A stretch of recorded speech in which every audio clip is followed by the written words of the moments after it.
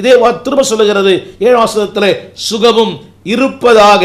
அன்பானவர்களே, ஆலயத்திலே ஒரு தெய்வீக சுகத்தை கர்த்தர் வைத்திருக்கிறார். முடியவே இல்லை, அதாவது போகவே முடியாத நிலை. ஆனாலும் வந்து பாருங்கள், ஒரு தெய்வீக சுகத்துக்கு சொந்தக்காரராய் கர்த்தர் உங்களை மாற்றுவார். எல்லாவற்றுக்கும் மேலாக அன்பானவர்களே, முன்பா சொல்லுகிறது, கர்த்தருடைய ஆலயத்திலே நன்மை உண்டு.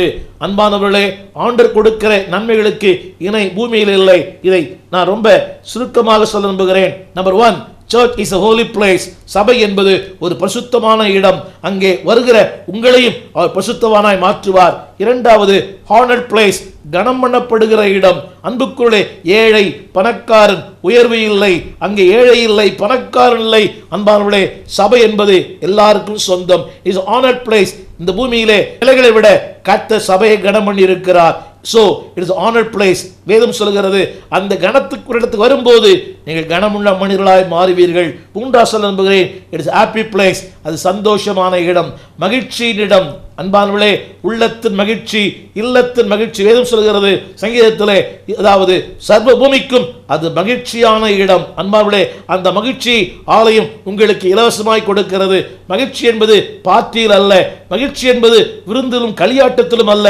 மகிழ்ச்சி என்பது கர்த்தருடைய ஆலயத்திலே. திரும்ப 4 காரியங்கள் சொல்லுகிறேன். சபை எதற்காக? Number 1, it's a place of peace. அது சமாதானத்தின் இடம்.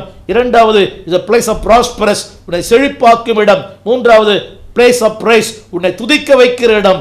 Is a place of praise, pray, உன்னை ஜெபிக்க வைக்கிற இடம். இந்த இடத்திலே நீ வரும்போது அன்பானவர்களே, உன்னுடைய வாழ்க்கை மாறும். இந்த இடத்திலே இதனுடைய கருத்து என்னவென்றால், ஆலயத்திலே நீ தேவனால் சூழப்பட்டிருக்கிறாய்.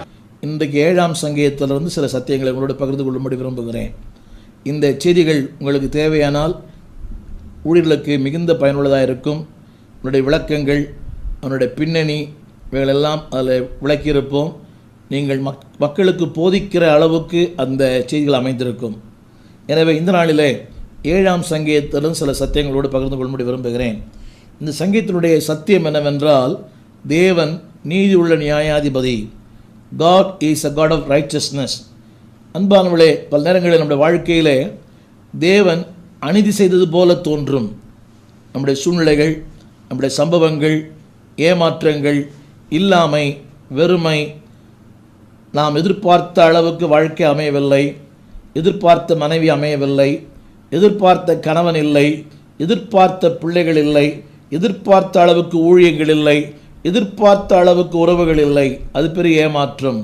ஆனால் இவைகளுக்கு மத்தியிலே திருமறை சொல்லுகிறது, தேவன் நீதி உள்ள நியாயாதிபதி.